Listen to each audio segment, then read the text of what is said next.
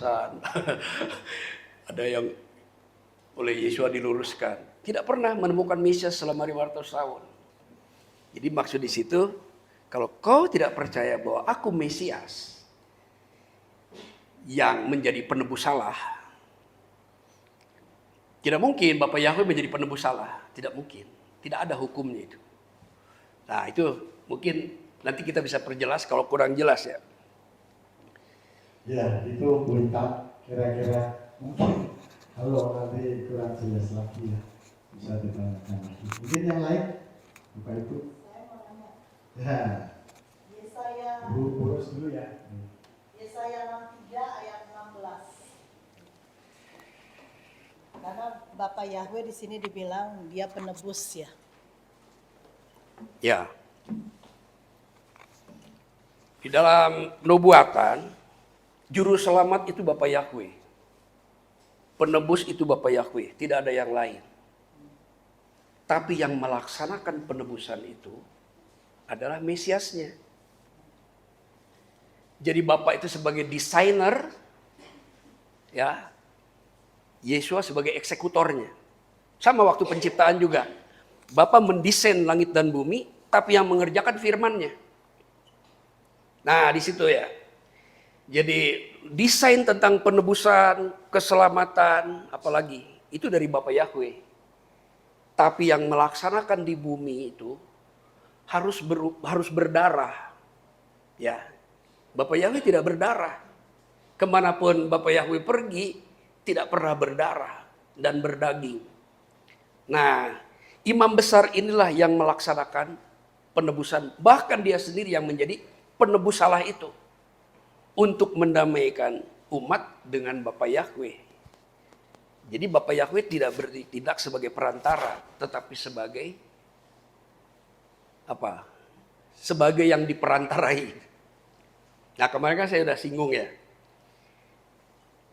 Ha Elohim itu Esa dan Esa pula perantaranya.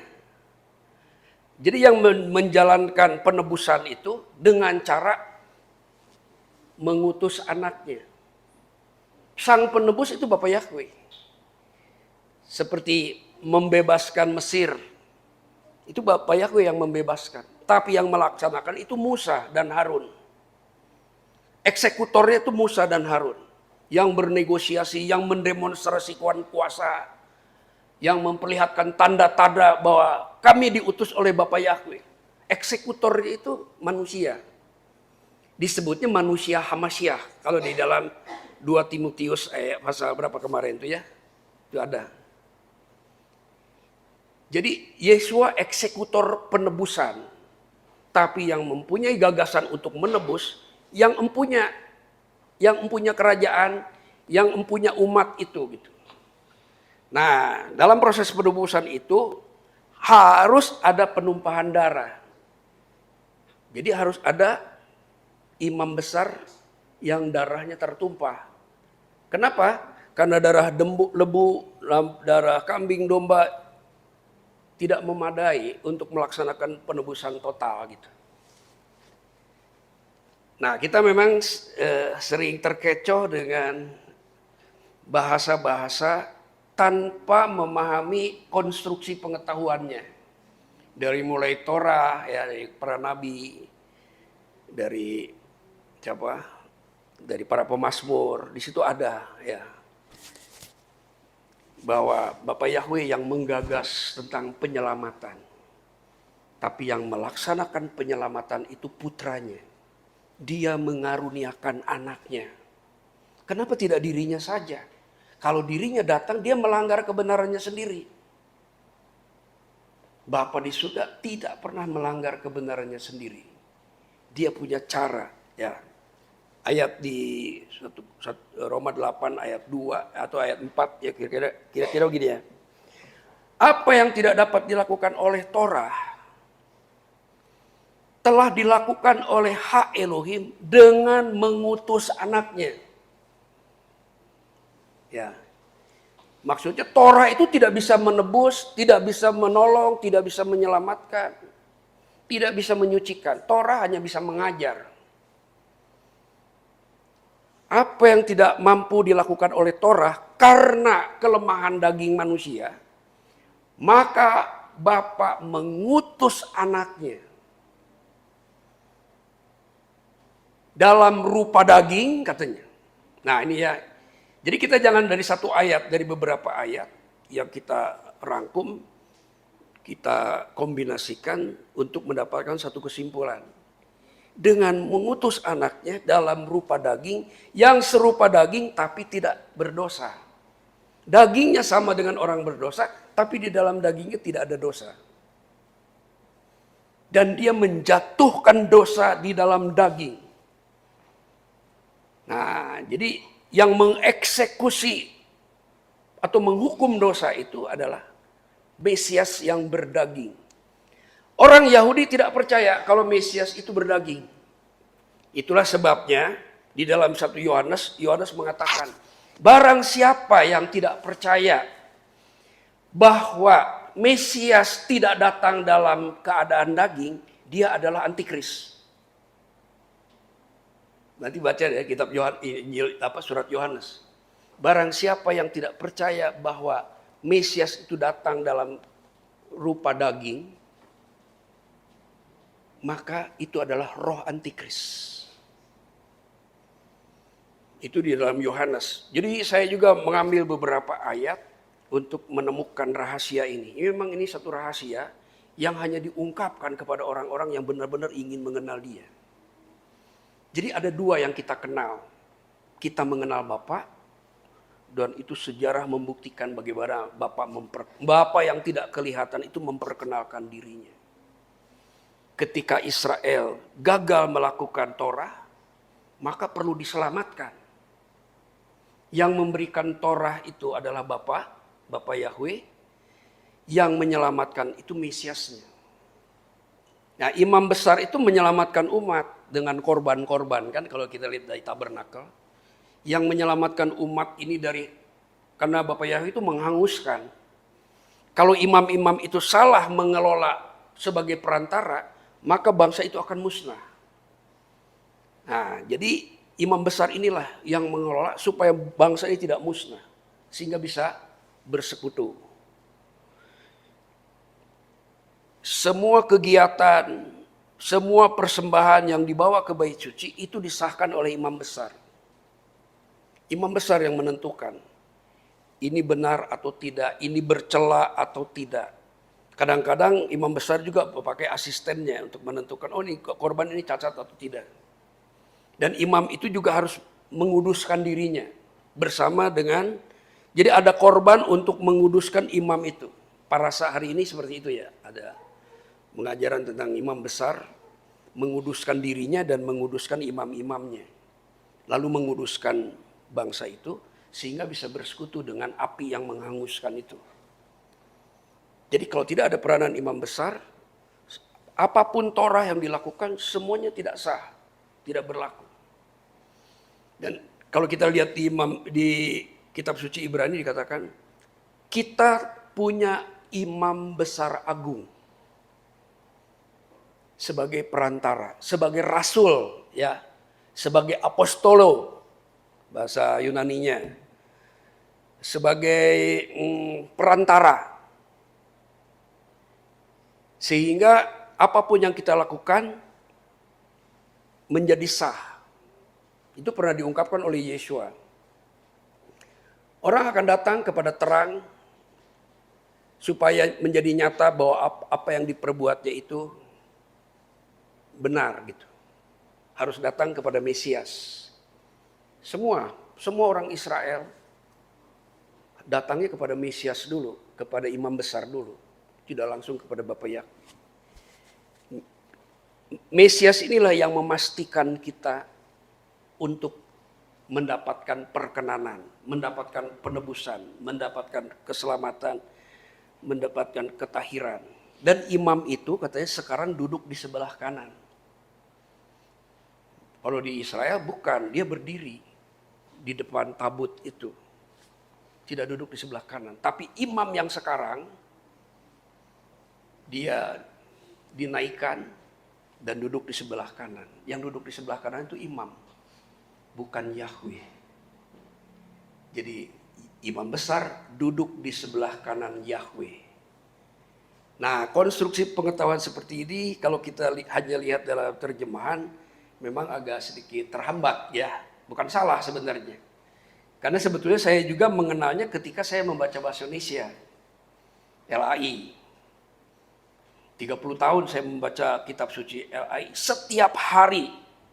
Saya tidak pernah melewatkan satu hari. Saya pelajari kenapa harus ada Mesias, kenapa harus ada imam besar, kenapa harus ada rasul.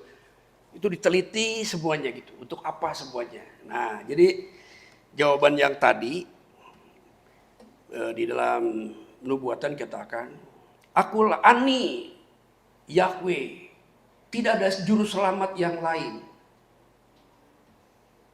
Tidak ada juru selamat yang lain. Nah, juru selamat ini untuk menyelamatkan, dia mengutus putranya. Nah, putra ini disingkapkan ketika Daniel mendapatkan penglihatan. Ya. Kelihatan ada seorang yang menyerupai anak manusia katanya. Dibawa ke hadapannya, lalu menerima kekuasaan sampai selama-lamanya. Katanya. Itu dilihat oleh Daniel. Nah sejak itu diselidiki itu, anak manusia itu. Itulah sebabnya Yesus selalu berkata, anak manusia ya. Itu subjek yang berbeda ya. Jadi orang surga menyebut Mesias itu anak manusia. Orang bumi menyebut Mesias itu anak Elohim gitu. Jadi subjeknya beda ya. Nah, jadi seperti itu. Jadi Bapak itu satu-satunya juru selamat, satu-satunya yang menebus. Nah, untuk menebus harus ada harga yang dikurbankan, ada nilai yang memadai, ya, untuk menebus itu. Nah, harga yang memadai itu putranya sendiri, dibayar dengan putranya gitu. Bapak Yahweh sebagai pembayar untuk lunas menyelesaikan tuntutan dari dosa ini gitu. Nah, itu saya memang ingin sekali menunjukkan ayat-ayatnya, tapi saya coba di Lukas pasal 2 ya.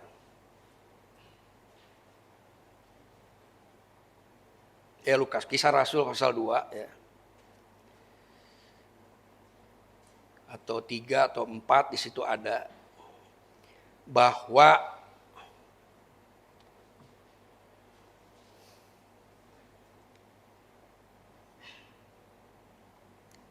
saya baca dulu ini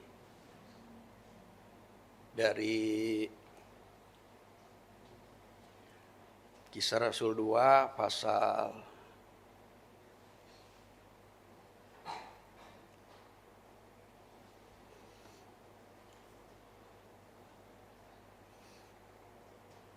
Nah ini ayat 32 ya, pasal 2 ayat 32.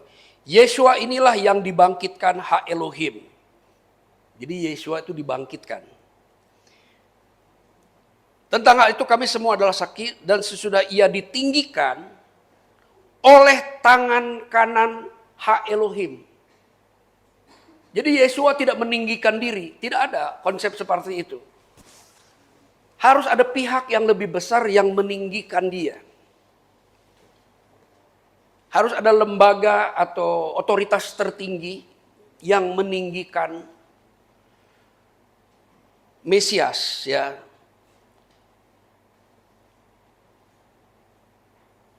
Duduklah di sebelah kananku sampai kubuat musuh-musuhmu menjadi tumpuan kakimu. Jadi seluruh kaum Israel harus tahu dengan pasti bahwa Ha Elohim telah membuat Yesua yang kamu salibkan itu menjadi Tuhan dan Mesias. Jadi Mesias itu ada yang membuat, bukan membuat dirinya jadi Mesias, tidak. Ya. Jadi ada pihak tertinggi. Sang penebus itu membuat putranya menjadi Mesias, menjadi perantara, menjadi penebus salah lah. Istilah yang tepatnya di Yesaya 53 itu, dia menjadi penebus salah yang menanggung. Supaya bisa berdamai dengan Bapa Yahweh. Jadi tujuannya adalah berdamai dengan Bapa Yahweh. Nah, yang jadi perantara perdamaian itu adalah putranya.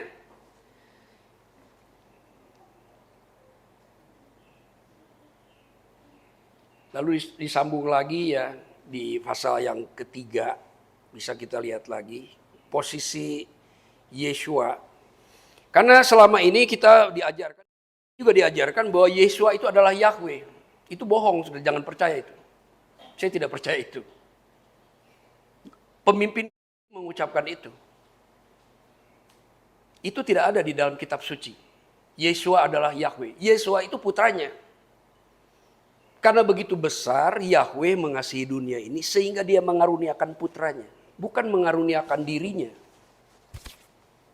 Nah, konsep ini kadang-kadang kita terkecoh ya. Apalagi kalau yang berbicara itu seorang pemimpin. Saya hormati semua pemimpin. Tetapi kalau ada yang merasa ragu, saya periksa lagi di kitab suci. Benarkah yang dia bicarakan itu? Mungkin saja dia keliru atau mungkin dia terlalu terburu-buru, ya, tergesa-gesa. Sedangkan kalau kita di dalam kitab suci, itu semua mengatakan bahwa Yeshua adalah putra Ha Elohim. Tidak disebut putra Elohim, tidak. Beda ya. Putra Elohim dengan putra Ha Elohim itu beda. Ya. Anak domba Ha Elohim. Terjemahan kita kan anak domba Allah gitu. Allah nggak punya anak domba. Di Arab nggak punya anak domba. Ya. Lihatlah anak domba Ha Elohim. Itu dombanya Bapa Yahweh yang dikorbankan. Tidak ada orang yang mengorbankan dirinya, tidak ada. Ada pihak yang menyerahkan untuk dijadikan kurban. Jadi Bapa Yahweh menyerahkan putranya untuk menjadi kurban. Kalau kamu tidak percaya bahwa aku kurban itu, kamu tetap dalam dosamu. Kalau kamu tidak percaya bahwa akulah Mesias, kamu tetap dalam dosamu. Karena hanya darah Mesias yang bisa menyucikan kita. Karena Bapa Yahweh tidak pernah berdarah dari kekal sampai kekal. Karena dia adalah roh. Waktu Ibu Ika menyampaikan firman, saya nggak pernah lupa ya kalau orang menyampaikan firman itu saya selalu pikirin gitu. Ha Elohim itu adalah roh. Barang siapa yang menyembah harus di dalam roh. Roh disembah di dalam roh. Jadi Yeshua ketika dia naik ke surga, itu ada tubuhnya, tetapi tidak ada darahnya. Karena darah dan daging tidak dapat bagian di dalam kerajaan Ha Elohim. Terus waktu dia bangkit, itu ada tulangnya. Bapa Yahweh tidak punya tulang. Yang punya tulang itu anaknya. Yeshua Hamasyah. Dia punya tulang. Jadi kalau dia nanti datang kembali, lihat ada tulangnya apa enggak. Kalau enggak ada tulangnya berarti bukan. Ya, jadi dia bertulang, bertubuh dengan tubuh kemuliaan, dan duduk di sebelah kanan Bapa, dan bisa dilihat, bisa diraba. Bapa Yahweh tidak bisa diraba, karena dia adalah roh, tapi dia ada. Makanya dia katakan, aku ada yang aku ada. Ya. Apa? Aser aku ada. Tapi tidak bisa diraba. Tidak ada yang pernah meraba Bapa Yahweh, tidak ada dalam sejarah manapun. Tapi yang meraba Mesias itu murid-muridnya. Nah, jadi Bapa Yahweh adalah penggagas penebusan, ya. Dan yang melaksanakannya itu adalah Oke, itu ya, lurus. Kira-kira sudah. Coba Bu Yus, silakan Bu Yus.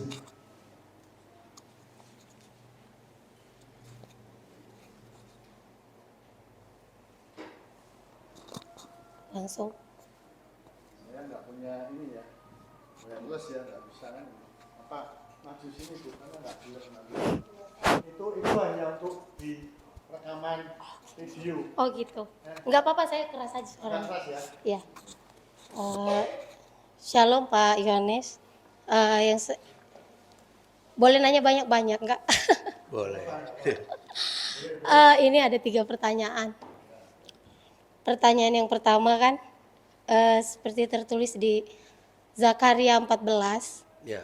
kan di situ Bapak Yahweh akan menginjakan kakinya di Bukit Zaitun dan dia akan menjadi raja dan Bapak Yahweh itulah satu-satunya namanya.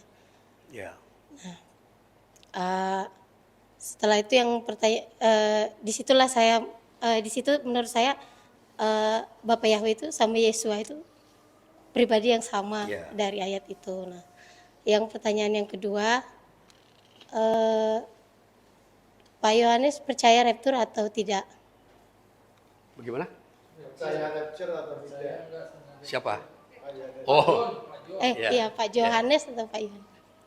Percaya. Yang ketiga, eh, boleh dong ngajari kami tentang seder Pesak? ya. Itu aja. Terima kasih Pak sebelumnya. Memang di Zakaria ada dikatakan bahwa Yahweh akan menjejakkan kakinya, gitu kan. Itu setelah kekuasaan diberikan oleh Yesua. Jadi sementara ini di dalam Korintus 15 ya. Kita lihat dulu ya. Ini posisi Mesias di hadapan Bapa Yahweh.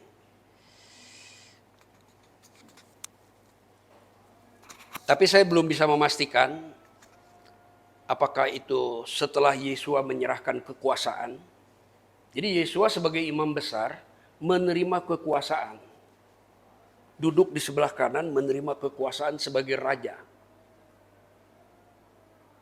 Tapi satu saat saya tidak tahu kapan, saya yakin setelah rapture, Yesua akan menyerahkan kekuasaan itu kepada Bapaknya. Kita lihat ya ayatnya di 1 Korintus 15.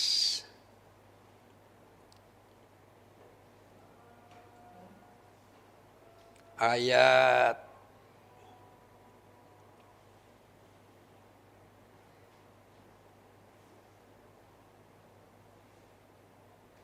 ini ya.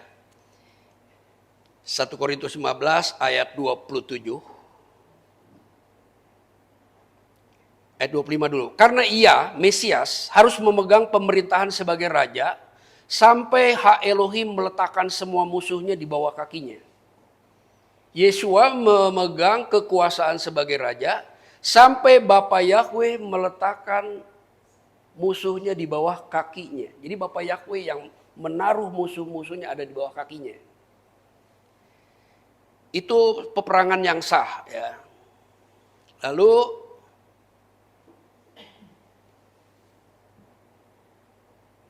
saya lupa ayatnya jadi saya harus telusuri dulu ya.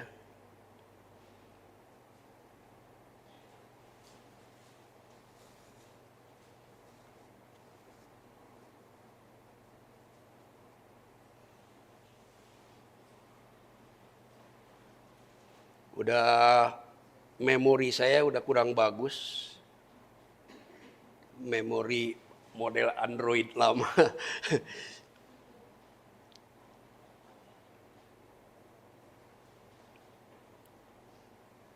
Ya, ayat 27 ya. Maka teranglah bahwa ia sendiri telah menaklukkan segala sesuatu di bawah kaki Mesias. Itu tidak termasuk di dalamnya. Jadi yang tidak bisa ditaklukkan oleh Mesias itu Bapa Yahweh. Di dalam ayat ini ya. Tetapi kalau segala sesuatu telah ditaklukkan di bawah Mesias, maka ia sendiri sebagai anak akan menaklukkan dirinya di bawah dia. Jadi Yesua akan menaklukkan dirinya di bawah Bapa Yahweh. Itu ada bisa saya hanya menunjukkan ayatnya saja ya. Supaya jawaban-jawaban ini bukan berasal dari pendapat saya, tapi dari ayat-ayat yang saya tunjukkan gitu. Ya.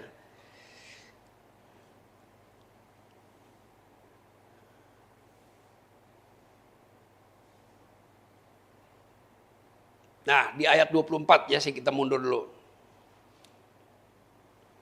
Ayat 24. Saya yakin ini terjadi setelah rapture. Kemudian tiba kesudahannya, yaitu bila mana ia menyerahkan kerajaan kepada Elohim Avinu, ya. Jadi Yesua tiba ada satu saat Yesua akan menyerahkan kerajaan kepada Bapaknya. Itu di ayat yang ke-24. Sesudah ia membinasakan segala pemerintahan dan kekuasaan dan kekuatan. Saya yakin ini akan terjadi setelah rapture. Jadi saya percaya rapture. Lalu rapture untuk apa? Ya, rapture adalah untuk mengumpulkan. Pertama rapture adalah untuk mengumpulkan seluruh Israel yang tercerai-berai. Disebut kibbutz galuyot dalam bahasa Ibrani dan itu ada di dalam Sidur. Doa untuk mengharapkan kedatangan Mesias untuk mengumpulkan Israel dari segala penjuru bumi. Nah, itu terjadi ketika Yesua turun di awan-awan. Nah, orang-orang yang memiliki iman yang sama dengan rasul-rasul, dengan orang-orang Israel yang percaya Yesua, itu akan turut diangkat. Ya, akan turut diangkat karena mempunyai iman yang sama. Sama seperti Yosua, ya. Yosua itu sampai ke Kanaan. Kaleb juga ke Kanaan, padahal Kaleb bukan orang Israel. Kaleb itu bukan orang Israel. Kaleb itu keturunan Esau yang berbakti kepada keluarga Yehuda. Tapi karena dia punya iman yang sama dengan Yosua, maka Kaleb dan Yosua bisa sampai ke tujuan. Nah, begitu juga orang-orang Israel yang percaya, yang mengasihi, yang hidup dalam kebenaran akan diangkat. Dan yang akan diangkat yang ada dalam kuburannya dulu, ya. Akan dibangkitkan dulu, terangkat, lalu orang yang masih hidup itu katanya akan ikut. Lalu kita yang berasal dari bangsa-bangsa lain yang memiliki iman dan pengetahuan yang sama, memiliki kualitas kehidupan rohani yang sama, akan ikut serta dalam pengangkatan itu. Orang Yahudi tidak percaya, ya, tidak percaya tentang pengangkatan ini. Ya, orang-orang Yudaism tidak percaya. Karena menurut mereka Mesias itu orang biasa, ya, punya istri, punya keluarga, pergi ke bait suci, bawa korban persembahan. Begitu pandangan orang Yahudi. Tetapi kita lebih dari itu. Mesias itu istrinya atau mempelainya, yaitu umatnya gitu. Keseluruhan umatnya. Itu mempelainya. Maaf Pak John, yang ditanyakan Bu Yus tadi, maksudnya Bapak Yahweh sendiri itu nanti menjejakkan kakinya di bumi ya? Itu kan Ya, di Sakaria ada itu. Jadi itu setelah Yesua menyerahkan kekuasaan, baru Bapak Yahweh akan menginjakkan kakinya. Tapi rupanya seperti apa, kita tidak ada yang tahu. Artinya seluruh otoritasnya, keberadaan, power, kemuliaannya itu akan turun, akan dinyatakan. Selama ini kan tidak, ya, itu hanya sebagai pengetahuan saja dan manifestasi rohnya saja gitu. Apakah dia nanti akan berjejak dalam bentuk manusia? Saya tidak percaya. Saya tidak percaya Bapak Yahweh akan berbentuk sebagai manusia. Karena tidak ada, ya. Tidak ada dalam konsepnya. Dia adalah roh. Jadi yang dimaksud kakinya adalah powernya, kemuliaannya, kekudusannya, dan semua atribut kekudusannya itu akan nampak sebagai penguasa satu-satunya. Sehingga di ayat itu dilanjutkan dengan kata Vene Emar Vehaya Yahweh Lemelek Al-Kol Haaret Bayom Hahu Yihye Yahweh Ehad Usemo Ehad. Itu setelah Yesua menyerahkan kekuasaan. Karena ketika dia duduk di sebelah kanan, dia duduk untuk memegang pemerintahan. Tapi ada satu saat pemerintahan kekuasaan itu ada diserahkan kepada Bapaknya. Kenapa? Karena raja yang sebenarnya itu bapaknya. Yesua itu imamnya. Imam besarnya. Gitu ya, dari konstruksi pengetahuan Ibrani, pengetahuan Torah itu seperti itu. Jadi nanti penguasa satu-satunya adalah Bapa Yahweh dan namanya satu-satunya adalah Yod-He-Waw-He. Setelah Yesua menyerahkan kekuasaan itu, tertulis di dalam ayat 24 ini ya. Kemudian tiba kesudahannya, ada satu masa,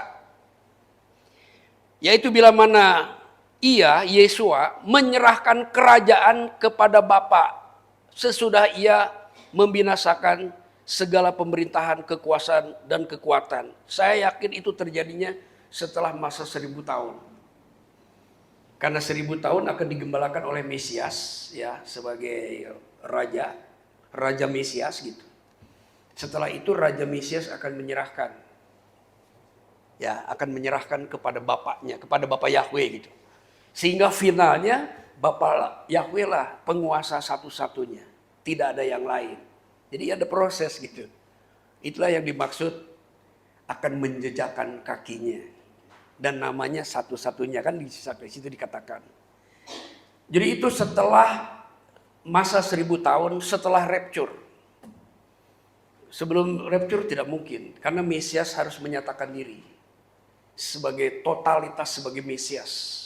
Ben Ha Elohim yang hidup. Gitu. Jadi penglihatan Zakaria itu melampaui masa rapture, melampaui masa 1000 tahun.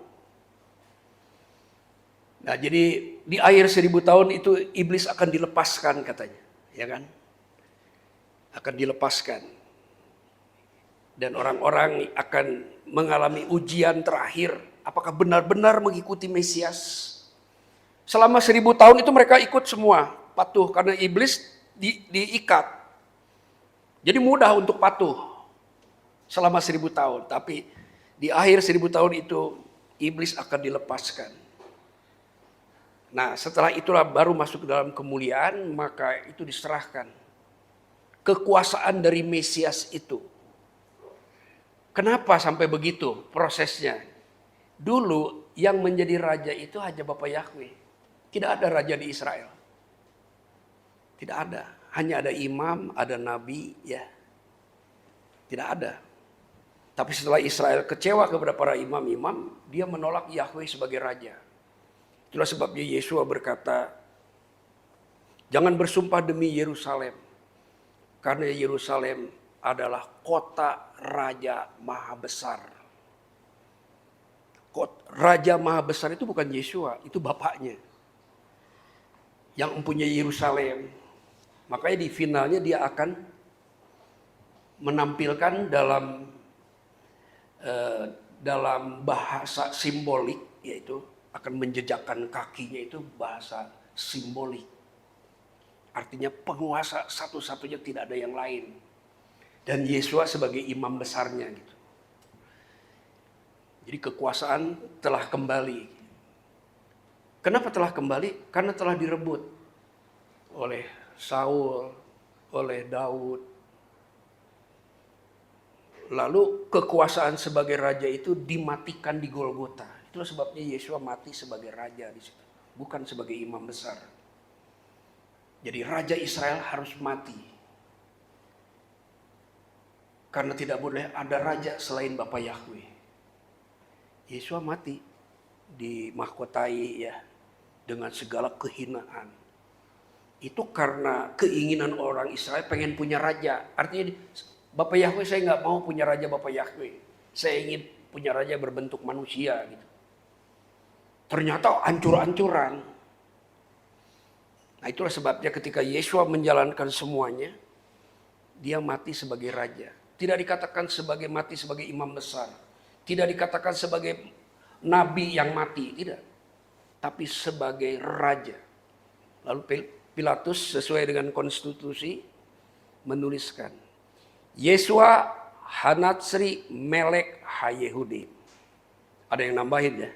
Yesua Hanatsri Wamelek Hayehudim, nggak ada itu Wak. Itu ditambah-tambahin sama orang itu. Tulis Pilatus, Yesua Halek Hayehudim sudah mati. Artinya tidak ada raja. Dipegang kembali oleh imam besar. Setelah semuanya dihimpunkan pada waktu rapture, maka kekuasaan pemerintahan itu diserahkan kepada Bapa Yahweh lagi. Itulah kemenangan final dari Bapa Yahweh.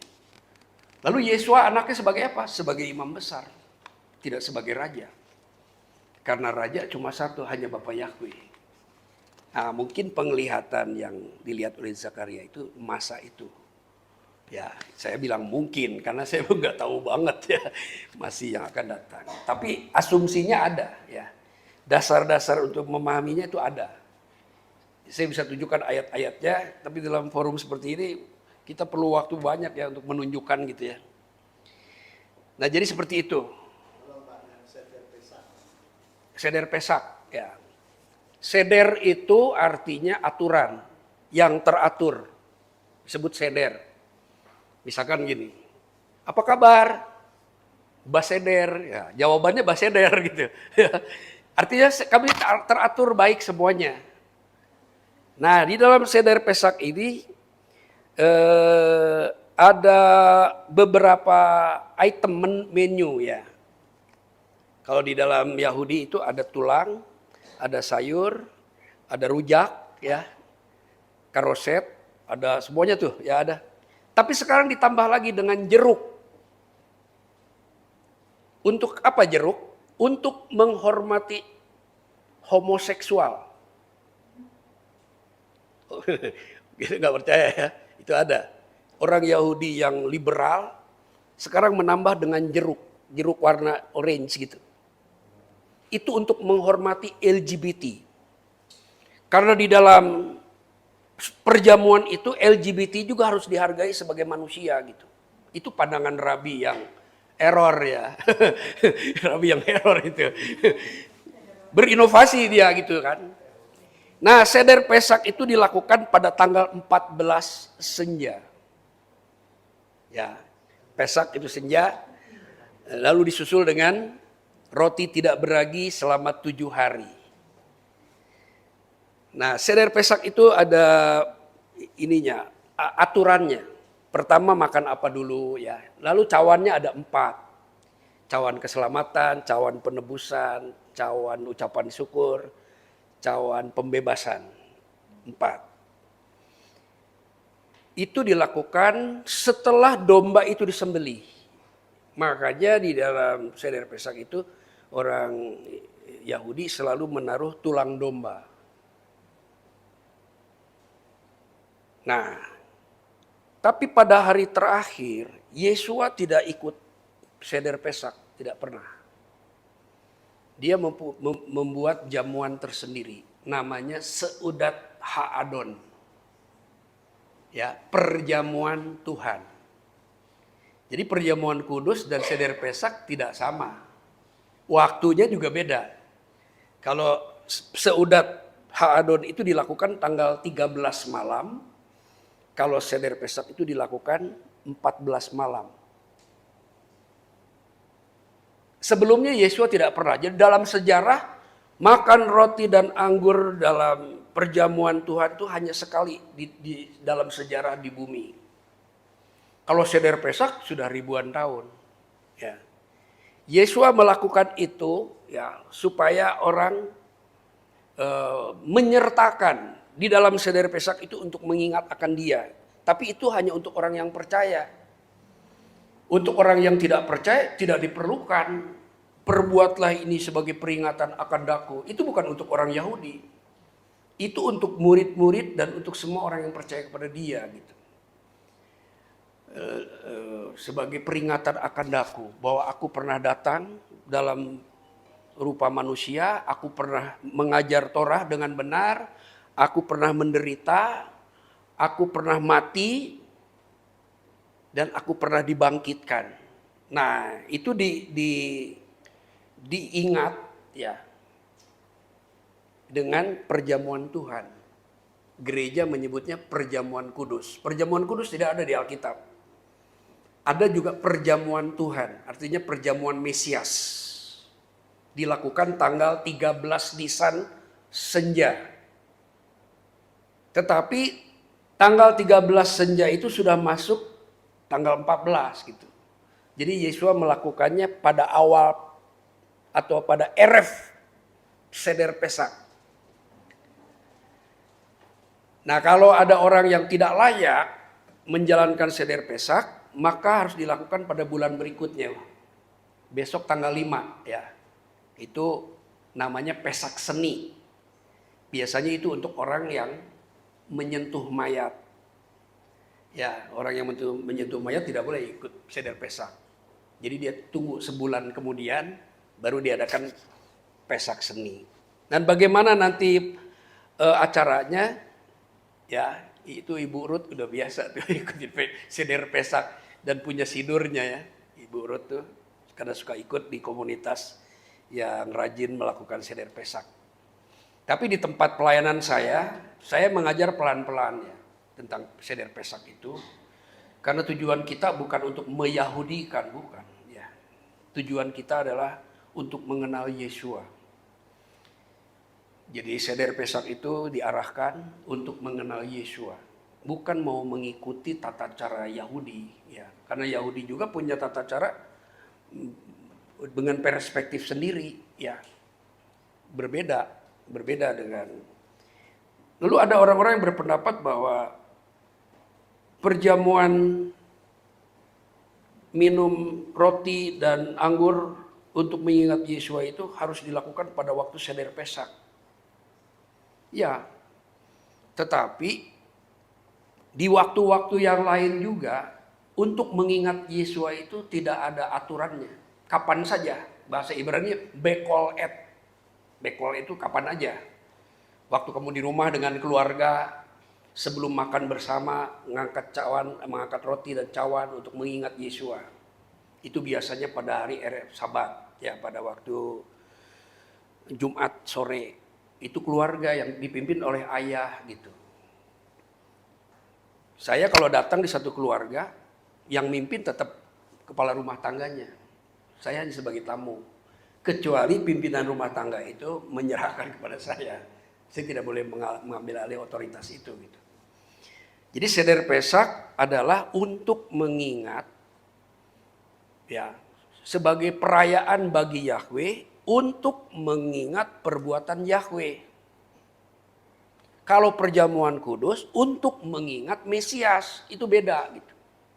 Untuk mengingat Mesias itu dengan makan roti dan anggur sebagai persekutuan dengan tubuh dan darah Mesias, bukan dengan Bapa Yahweh. Dengan imam besar, itu persekutuan dengan imam besar gitu.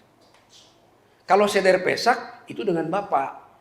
Nah, di dalam konstruksi pengetahuan Ibrani itu begitu, ya. Tidak bercampur aduk. Nah, kata Paulus adalah untuk sebagai persekutuan dengan tubuh dan darah Mesias yang telah dikorbankan. Untuk memelihara iman. Jadi iman ini harus dipelihara dengan ingatan. Ingatan akan apa yang telah diperbuat oleh Mesias. Itu caranya itu. Perjamuan Ha'adon atau Seudat Hamasyah namanya. Kalau di dalam kitab suci Perjanjian Baru disebut Seudat Ha'adon. Nah, lalu ayat yang lain di Korintus 11 dikatakan bahwa aku telah menerima dari Mesias. Menerima itu ada proses dari beberapa orang, tidak langsung. Karena Rasul Paulus tidak pernah bertemu langsung dengan Mesias. Tapi melalui, itu disebutnya kibalni, ya, kibalti, menerima. Dan aku teruskan praktek ini. Apa yang dilakukan oleh Yesua pada malam ini aku teruskan. Tujuannya adalah untuk memproklamirkan kembali atau memproklamirkan ulang tentang kematian Yesua sampai dia datang. Kalau Seder Pesak bukan untuk memberitakan kematian Yesua, tidak ada di situ. Ya, memberitakan kematian Yesua itu adalah perjamuan Tuhan. Nah, beberapa waktu ini memang agak tercampur aduk itu ya, karena ya kita kan dalam gerakan yang sebenarnya sedang terburu-buru. Gerakan yang baik ya akar Ibrani itu, tapi kalau dipahami dengan terburu-buru itu akan menjadi rancu, bahkan bisa jadi sengketa karena ada perbedaan, terjadi ketegangan, emosinya naik, reaksinya salah, rame itu. Padahal perjamuan Tuhan itu bukan tanggal 14, itu sehari sebelumnya dilakukan oleh Yesua dengan murid-muridnya untuk mengesahkan perjanjian Israel atau memperbaharui antara Israel dengan Bapa Yahweh. Itu seorang imam besar punya kewajiban seperti itu. Seperti yang dilakukan oleh Yosia, Raja Yosia. Waktu mau membaharui orang Israel, dia mengadakan perjanjian pembaharuan. Rekomitmen lah, seperti rekomitmen begitu. Karena Yesus sudah memperbaiki ajarannya, maka dimeteraikan. Inilah darahku. Sebagai perjanjian baru yang dimeteraikan oleh darahku. Itu bukan seder Pesak, bukan. Cuma dilakukannya memang pada awal Pesak. Tanggal 13 sore gitu. Itu harus dipisahkan tuh. Harus berhati-hati ya supaya kadang-kadang juga agak sulit menjelaskannya ya. Karena mindset kita berbeda dengan mindset orang Ibrani. Tulisan-tulisan rasul-rasul di dalam kitab suci Brit Hadasa itu berbeda dengan terjemahan. Ya, terjemahan kadang-kadang berusaha untuk mudah dipahami gitu. Tanpa dia pikirkan ini sesuai nggak dengan yang dimaksud. Misalkan gini ya, seorang wanita yang baru melahirkan, baru bersalin katanya, harus ditahirkan, harus mengalami masa pentahiran selama 7 hari. Nah di situ ditulisnya bersalin. Padahal bahasa Ibrani bukan bersalin, menabur. Nah, menabur ini harus dipahami dengan cara berpikir orang Ibrani, nggak bisa dengan cara kita. Kalau kita kan menabur seperti menabur benih ya. Tapi di sana tidak ya. Nah, tapi di terjemahan ILT saya baca mentahirkan wanita yang mengandung. Nggak ada wanita mengandung ditahirkan. Yang ditahirkan tuh yang bersalin, yang menabur. Nah jadi nggak ketemu gitu. Pengertiannya dengan studi kata itu nggak ketemu. Nah saya berusaha itu. Tanpa menyalahkan para penterjemah, enggak ya. Karena seperti itulah yang didapatnya ya. Tapi yang perlu adalah ini diperjelas terjemahan ini. Begitu juga dengan terjemahan. Seperti tadi, seseringkali itu bahasa yang dibuat oleh penterjemah ILT. Dalam bahasa Ibraninya, segala waktu. Kalau dalam bahasa Inggrisnya, anytime. Jadi, ya kapan aja gitu. Anytime. Nah ini masalah terjemahan kadang-kadang kita terkecoh. Sampai orang jadi bersengketa gara-gara terjemahan yang nggak tertangkap kebenarannya gitu. Terganjal oleh daya arti. Ya, penterjemah menyebutnya daya arti yang berbeda. Ya, itu. Ada lagi yang mau bertanya? Kira-kira sudah ya Bu Yus, ada 3 tadi ya. Ya, nanti coba sekali lagi boleh? Ya, boleh. Bu Romitan, silakan. Ya, terima kasih Pak. Tadi Bapak yang bilang kerajaan 1000 tahun ya. Dalam kerajaan 1000 tahun, saya mau bertanya Pak, orang-orang seperti apakah yang ada dalam kerajaan 1000 tahun? Itu aja, makasih. Ya. Yang pertama, orang-orang yang sudah mengenal Bapa dan mengenal putranya. Karena di Yohanes 17 inilah hidup yang kekal. yaitu mengenal Engkau satu-satunya Elohim. Jadi konsepnya itu, konsep mengenal Bapa dan mengenal Mesiasnya, itu yang pertama. Nah, di dalam pengenalan itu, di dalam kitab Petrus dikatakan, di dalam proses pengenalan itu, kita yang percaya ya akan mengalami peningkatan kualitas. Kita sudah diselamatkan, tapi kualitasnya harus ditingkatkan, didewasakan. Ya. Apa kualitasnya? Kualitas keputraannya. Kita sudah jadi putra. Kalau kita mengangkat anak, ya, lalu di pengadilan, sudah sah itu anak kita. Tapi dia harus tingkatkan kualitasnya gitu. Nah, itu disebut juga dalam Injil Yohanes. Barang siapa menerima dia akan diberi kuasa untuk menjadi anak-anak. Dalam bahasa lain disebut akan diberi validitas. Sehingga kualitas keputraannya itu memadai ya. Sehingga waktu Yesua datang dan masuk ke dalam 1000 tahun, nah di dalam 1000 tahun itu orang-orang yang memang orang-orang yang percaya, ya, orang-orang yang mengenal, orang-orang yang sudah mengalami proses peningkatan kualitasnya. Itu ditulis di dalam Roma 8 ayat 28. Semua yang dipanggilnya akan dimuliakannya sehingga mendapatkan keserupaan dengan gambaran anaknya. Nah, jadi orang-orang yang mendapatkan keserupaan dengan gambaran anaknya lah yang berada dalam 1000 tahun itu. Tapi belum selesai, dalam 1000 tahun itu diproses untuk mentaati Torahnya. Karena imam besar itu harus mengajarkan Torah. Nggak bisa dengan doktrin-doktrin sekarang dalam kerajaan sebut. Itu Mesias sendiri yang akan, supaya nanti bisa berada di dalam kemuliaan selama-lamanya dengan Bapa. Jadi diprosesnya 1000 tahun. Jadi itu bukan final, bukan. Sehingga dalam proses itu iblis diikat. Supaya orang punya kesempatan untuk meningkatkan. Dan orang-orang yang mempunyai kualitas tertinggi hanya 144.000. Itu pun orang Israel. Dan tidak semua suku. Suku Dan tidak ada di dalam 144.000 itu. Itu kualitas keputraan yang tertinggi dalam bahasa Ibrani disebut khatam. Ya. Kalau orang Arabnya hatam katanya. Jadi kualitas keputraannya itu. Tapi tidak menyamai Yesua, karena Yesua anak yang sulung, ya, tidak menyamai. Nah, Yesua itu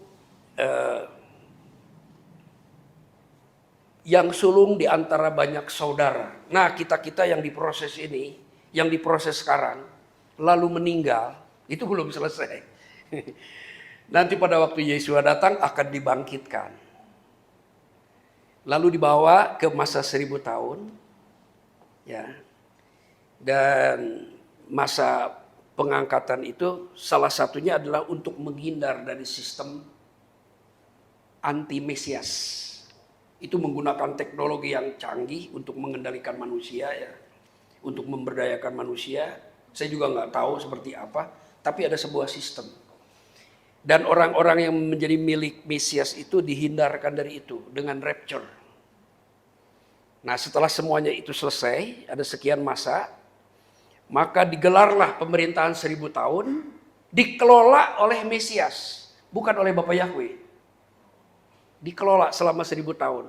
Iblis diikat, supaya orang-orang yang sudah mendapat bagian dalam 1000 tahun ini bisa diproses lebih mulia lagi. Ya, lebih mulia lagi, sehingga selesai masa 1000 tahun, iblis akan dilepaskan sekali lagi untuk menguji apakah yang sudah diproses 1000 tahun ini muncul, ya. Seperti Yudas dilatih, ya, diperlengkapi, dikasih kuasa, tapi pada waktu perjamuan dia kerasukan iblis, ya. Seperti begitulah kira-kira gambarannya. Nah, setelah semuanya itu iblis dihukum katanya, ya, kalau kita lihat cerita di kitab Wahyu, dimasukkan ke jurang maut bersama dengan pengikutnya. Dan orang-orang yang terpelihara sampai akhir masa 1000 tahun ini itu mengalami pelipat gandaan kualitas keputraan, ya. Sehingga ketika berada bersama dengan Bapa, bersama dengan putranya di dalam kemuliaan yang kekal, itu kualitasnya sudah memenuhi. Jadi bersama dengan Bapa itu tidak sembarang. Makanya ada firman, hendaklah kamu tidak bercacat seperti Bapakmu yang di surga. Katanya. Ada kan terjemahan LA-nya, hendaklah kamu sempurna seperti Bapakmu yang di surga. Itu setelah 1000 tahun baru bisa terwujud. Ya. Tapi proses pembelajarannya ya dari sekarang. Jadi kualitas kita yang sekarang ini masih terkurung oleh tubuh maut. Ini tubuh maut ya. Dibantu oleh Roh Kudus untuk mengatasi tubuh maut ini. Nah, pada waktu kedatangan Yesus, tubuh maut ini akan dibebaskan menjadi tubuh kemuliaan. Nah, di masa 1000 tahun itu orang-orang yang mempunyai tubuh kemuliaan, ya, yang sama dengan tubuh Yesua, tapi belum memadai untuk tinggal bersama dengan Bapaknya dalam kekekalan gitu. Banyak yang ingin saya uraikan, tapi waktunya nanti kebanyakan. Ya. Satu pertanyaan, Pak Sur. Ya. Tolong dijelaskan antara Yahudi dengan Israel. Oh ya. Udah itu aja. Ya. Yahudi dengan Israel ya Pak, tolong dijelaskan ya. Jadi begini ya. Ini panjang banget kayaknya ya kalau secara detail, tapi garis besarnya begini. Jadi waktu orang Israel masuk ke Kanaan, semua orang Israel bergabung dengan Raja Saul. Ya, semua bergabung, termasuk Daud yang masih kecil masuk dalam Israel yang dipimpin oleh Raja Saul. Lalu Saul ini karena ada cemburu, ya, dia berusaha menganiaya Daud. Sampai akhirnya Daud harus menghindar. Dan Daud ini punya preman 400 orang. Disebutnya preman dalam bahasa Ibrani. Tapi di sana istilahnya Belial, ya. Orang-orang yang nggak mau, pokoknya nggak percayalah sama Raja Saul juga. Tapi lebih suka ikut Raja Daud gitu, 400 orang aja. Kemana Daud, mereka pergi ke sana. Lalu setelah Saul gagal menjalankan sebagai raja, maka matilah dia. Nah, ketika Saul mati, semua yang ikut kepada Saul itu dipimpin oleh seorang jenderal namanya Avner. Ya. Nah, ketika itu terjadi, maka Daud diambil oleh keluarganya, oleh orang Yehuda, lalu dijadikan seorang raja. Karena raja sudah mati. Orang Yehuda pengen punya raja. Maka Daudlah yang layak dijadikan raja selama 7 tahun. Di sukunya saja, suku Yehuda gitu. Lalu si Avner jenderal ini difitnah dan marah. Akhirnya dia bilang, karena kamu sudah perlakukan begitu, maka semua orang yang tadinya ikut Saul, kami bawa kepada Daud seperti mempelai katanya. Itu istilah mempelai itu pertama kali diucapkan di kitab suci. Seperti mempelai. Jadi ada 2 entitas, Yehuda dipimpin oleh Daud, Israel dipimpin oleh Avner. Ketika ini digabungkan, Avner dibunuh oleh Panglima Daud, sehingga semua tergabung menjadi satu Israel.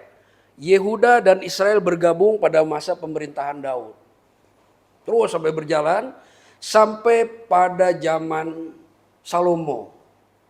Di situ ada ketidakadilan terhadap keturunan Rahel. Mereka protes dan akhirnya terbelah 2. Yang satu tetap sebagai orang-orang Israel yang bergabung dengan keluarga Daud. Itu disebut kerajaan selatan, namanya kerajaan Yehuda. Lalu yang kerajaan utara dipimpin oleh Yerobeam, ya, dari keturunan Yusuf. Kalau Daud keturunan Lea, ya, Daud, Salomo, Rehabeam itu keturunan Lea itu.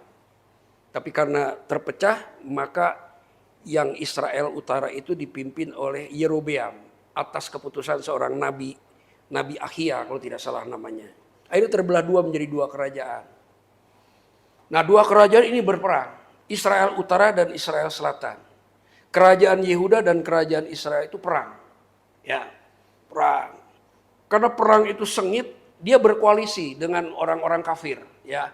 Orang Kanaan, orang Sidon, dia berkoalisi dengan orang Aram gitu untuk menekan kerajaan selatan. Nah, ketika Yerobeam memerintah, imam-imam semua lari ke selatan. Bergabung dengan keluarga Daud gitu. Jadi keluarga Daud punya bait suci, punya imam-imam lengkap. Sementara yang di sini dibuat imam-imam baru, siapa aja diangkat jadi imam gitu ya. Nah, setelah 200 tahun kemudian, kira-kira, yang Israel utara itu dikalahkan oleh Asyur.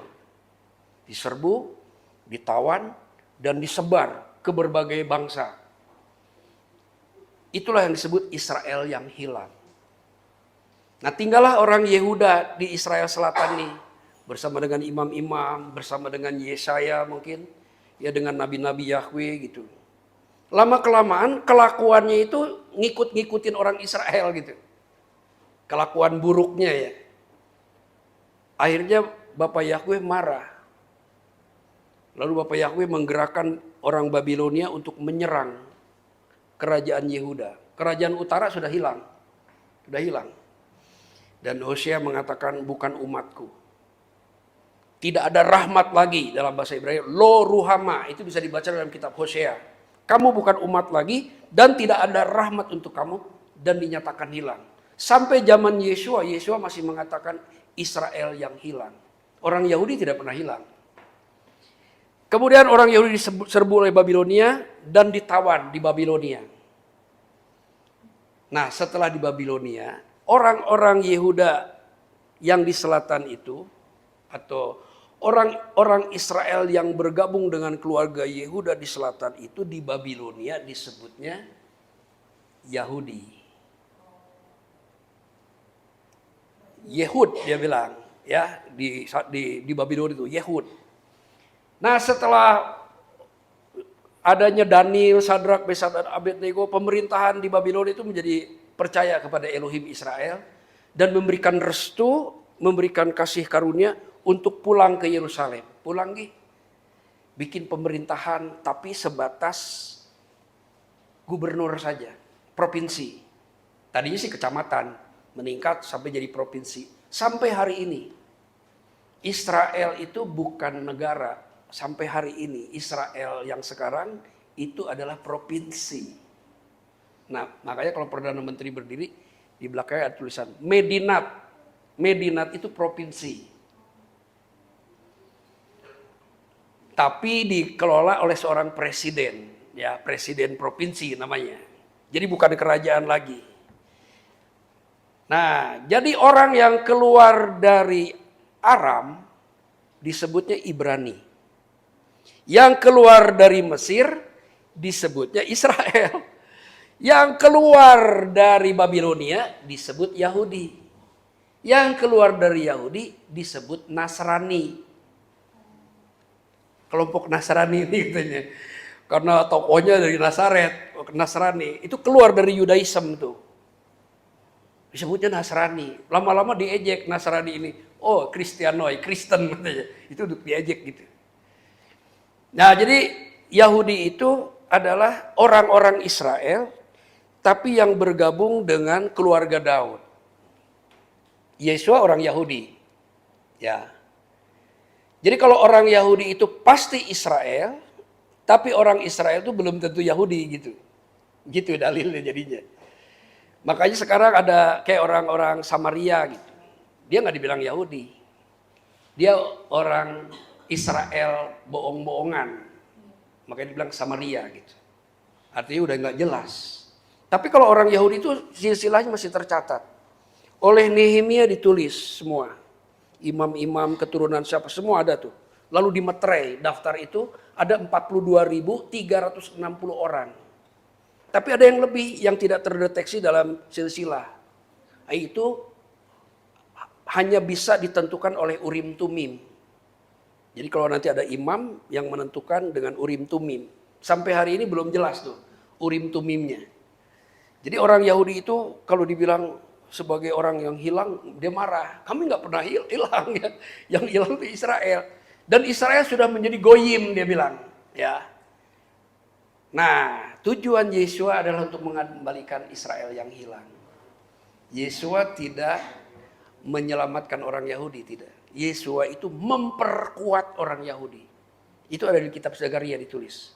Aku akan memperkuat orang Yehuda dan aku akan menyelamatkan keturunan Yusuf.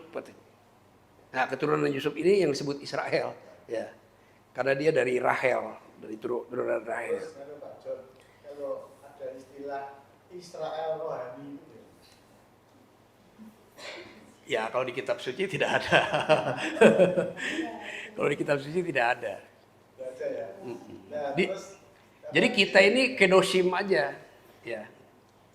Jadi hama aminim mihagoyim kedoshim disebutnya. Jadi orang-orang kudus yang bukan dari Israel, tapi mendapatkan hak yang setara. Gitu. Di dalam Yesua tentunya ya. Kalau orang Yahudi nggak mengakui kita walaupun kita pakai talit, belajar Torah, nggak bakalan diakui, nggak bakalan sampai kapanpun. Ya.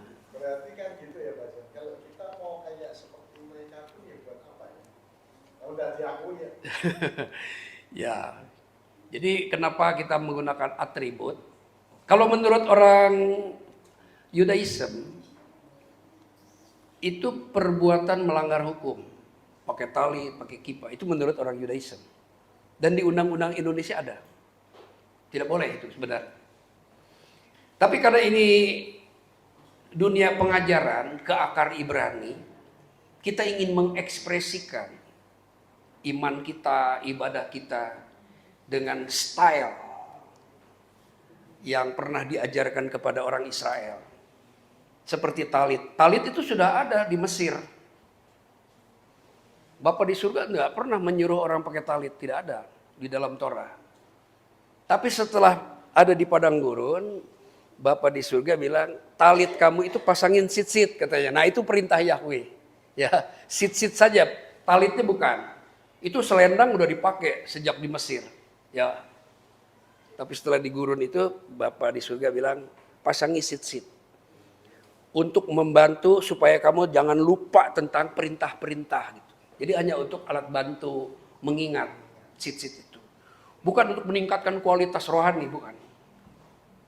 Itulah sebabnya ketika ada perempuan menjamah jubah Yesua, langsung Yesua cari, siapa nih yang menjamah saya katanya. Setelah ditemukan, Yesua bilang, imanmu yang menyelamatkan, bukan karena gara-gara kamu pegang sit-sit saya. Maksudnya begitu ya. Tapi ada orang-orang yang mengkultuskan sit-sit, talit ya. Lalu kenapa kita pakai tujuan, kalau saya sih punya tujuan untuk pengajaran atau untuk menjelaskan. Ya di Alkitab misalkan ada orang memegang jubah Yesua, dan saya tunjukkan, oh ini sit-sit itu seperti ini ya, hanya untuk peraga. Ya. Tapi tidak ada salahnya juga kita pakai sebagai ekspresi kita mengasihi Tuhan. Kalau orang Yahudi udah jelas untuk menutupi aurat. Lalu saya tanya, kalau untuk menutupi aurat dipakainya berapa lama? Ya pagi aja katanya. Jadi sore auratnya nggak perlu ditutup sebenarnya. Dia diam aja itu Rabi. Ya, karena Rabinya bilang kan gitu, saya tanya, kenapa pakai itu untuk menutupi aurat? Katanya. Kenapa sore nggak pakai? Berarti sore auratnya kelihatan nggak apa-apa dong gitu. Saya ganggu gitu. Tapi nggak begitu juga ya. Artinya begitulah ekspresi. Karena memang itu ada perintahnya, ya supaya di dalam itu namanya kanaf ya. Jadi selendang itu disebutnya kanaf. Ada 4 sudut, itu disebut kanvei. Nah di kanvei itu harus digantungkan sit-sit. Sit-sit artinya kuntum bunga. Kalau kita lihat di gordeng-gordeng itu ada ya, kuntum gitu ya, kiwir-kiwir gitu. Nah, seperti itu namanya sit-sit tuh. Nah, lalu bubuhkan benang biru, itu hiasan sebenarnya. Bubuhkan benang biru untuk membantu orang supaya orang itu tidak melupakan perintah Tuhan. Gitu. Hanya itu, segitu aja. Kalau ada yang ditambah-tambah ya itu gayanya orang Yahudi ya. Orang Yahudi kadang-kadang bertindak misalnya gini nih, kalau ada pengkhotbah, terus nggak sesuai, dia marah, itu langsung dia banting tuh talitnya, dia pulang, dia tidak mau pakai lagi talit itu, sampai segitunya gitu ya kalau orang Yahudi, karena di situ ada namanya Hebraic idiomatic expression, tahu ya Indonesianya gimana ya, saya taunya itu. Hebraic idiomatic expression. Jadi ekspresi orang Yahudi itu memang begitu. Jadi perintah-perintah yang ada di dalam Torah itu diekspresikan ya dalam bentuk pakaian, dalam bentuk tali untuk mengingat ya ditaruh di kepala namanya tefillin ros ya. Ada yang di tangan tefillin yad ya. Tefillin tangan, tefillin. Karena perintahnya ada, ikatkanlah katanya. Artinya jangan dilupakan tuh firman itu. Ikatkanlah supaya jangan lupa maksudnya. Lalu mereka mendesain supaya itu dibuat seperti demikian rupa dan bentuknya persegi. Kenapa persegi? Karena bait suci itu bentuknya persegi. Bait suci yang hilang itu bentuknya persegi. Dia bikin tuh model bait suci ya, kotak gitu ya. Ditaruh di situ. Sekaligus untuk mengingat bait suci. Pakai doa untuk mengharapkan supaya itu bait suci itu ada lagi gitu. Ekspresi mereka begitu. Nah kalau kita yang nggak ngerti kita pakai gitu, kayaknya nggak relevan gitu. Apalagi penjalan-jalan pakai tefillin ya, pakai talit gitu. Dilihat kayak jadi orang aneh, orang aneh. Tapi kalau dalam ibadah, kalau memang kita ingin apa ya, mengekspresikan kerinduan kita dengan menggunakan talit ya tidak apa-apa juga ya, nggak ada larangannya gitu. Saya sendiri begitu kalau lagi menyembah, lagi worship saya pakai kippah, tapi tidak ada pakai talit, pakai kippah itu rohani jadi bertambah itu tidak ada, tidak pernah terjadi. Kan itu sebagai ekspresi ungkapan bahwa kami menyetujui firman-Mu gitu sebenarnya sih. Kami mengikuti firman-Mu. Kami lakukan ibadah ini berdasarkan firman-Mu. Perintah-perintah-Mu yang digambarkan dengan sit-sit ini gitu. Jadi bagaimana?